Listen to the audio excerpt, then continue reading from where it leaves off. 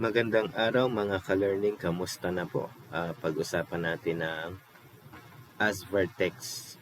Ito daw po yung bagong project ng AZNT. May nag-share lang sa atin na link ng referral kaya tayo nakagawa ng account dito sa Asvertex. Pero itong sa akin hindi pa to activated. Kaya yung link ko ay hindi ko pa ma-share pero ito ngayon yung account ko. So, hindi pa man siya activated pero nakagawa ako ng account galing doon sa link na may nag-forward sa atin na isang pioneer ng AZNT. So, medyo matagal na to pero syempre dahil naghahanap pa rin tayo ng update kung ano nang nangyari. Okay, so sa ngayon, ito yung bago at yung system nila dati ay wala na, yung merong network. So wala na yon. Pero itong bagong system na meron sila ay ito na yung parang pinaka inaasikaso para mag-progress regarding dito. Okay? So, ito yung account natin at kapag ni-click kasi natin to, halimbawa to, screenshot lang to para lang meron tayong demo. Kasi hindi siya mabubuksan sa computer, sa desktop o sa laptop. Sa cellphone lang siya. Kaya in-screenshot lang natin para lang meron tayong picture dito at makagawa tayo ng content tungkol dito sa Asvertex na to. Pag ni-click mo tong tatlong guhit na to sa taas sa bandang kaliwa ay ito yung makikita. Ayan. So, update email, change nickname, change language, tapos change password, change 6-digit PIN. At announcement, channels, yung fax, tools, tapos contact us. Okay? So, once na ni-explore mo yan, so, sample, doon tayo sa announcement. Ito. Okay? Ni-click ko yan at in-screenshot natin. No? So, yan yung lalabas sa announcement. Yan yung parang pinaka sa publiko para ipaalam tungkol dito sa Asvertex nila. Ito ay AZNT project. Although wala na tayong balita dito, medyo matagal na, pero may mga contact pa rin tayo na nag-update sa atin kung ano na yung latest at kung ano na yung nangyari sa project nila. Natulog lang to, pero nung last video natin ay meron tayong share na meron ng kahit papanong liquidity na dumadaloy sa blockchain ng Tron para sa AZNT. Mababa nga lang yung value, no? Pero ibig sabihin nun, at least meron ng dumadaloy na parang pinaka bloodstream para magkaroon ng value yung AZNT. So, connected itong Asvertex na to, yung sistema hindi ko pa masyadong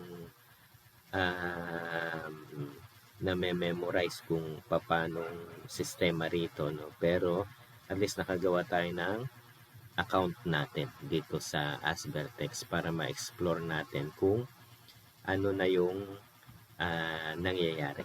Okay?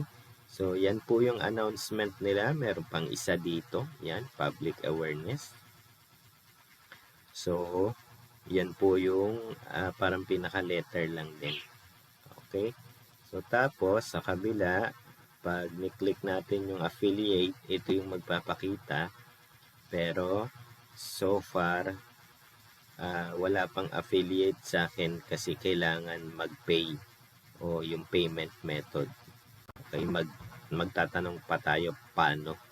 Okay, kaya yung affiliate ko ay kung meron diyang gagawa ng account ay wala pa akong affiliate na nandito para ma-check natin kung paano yung sistema nila.